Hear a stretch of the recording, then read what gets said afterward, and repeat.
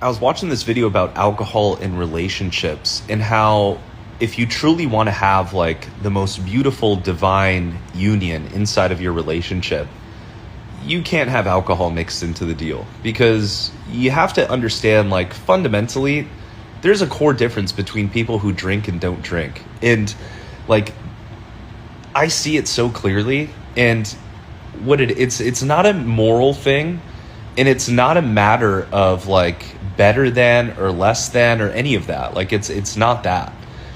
It's that people who drink alcohol are calibrated at a different level of consciousness. And it's typically, and I'm like talking a generalization here, it's typically rooted in lower frequencies and lower vibrations. And it's not to say that those people are low vibes and bad. It's rather like an objective assessment, right? Because when you're honest with yourself and you look at alcohol's a poison. Like, we don't just call it a poison because like, oh, that sounds good and it's like a good like metaphor. Like, it's literally poisonous to the human mind and body.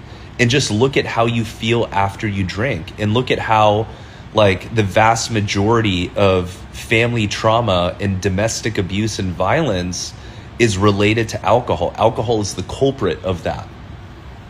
Alcohol is actually the thing that's responsible primarily for passing on generational trauma, right? Because when you drink alcohol, it's procrastination against your personal evolution. Your evolution, wherever you're at psychologically, emotionally, spiritually, within your like maturity, it stops when you drink alcohol, right? Because every few days or every weekend or every day or whatever, it's like you're taking that back end architecture of all your big T, little t trauma and psychological and emotional dysregulations, and you're avoiding it and you're numbing out through alcohol. You can sit there and rationalize all day about, no, like, it's fun and I'm just doing it with my friends and it's a great way to disconnect from work, but it's so much deeper than that.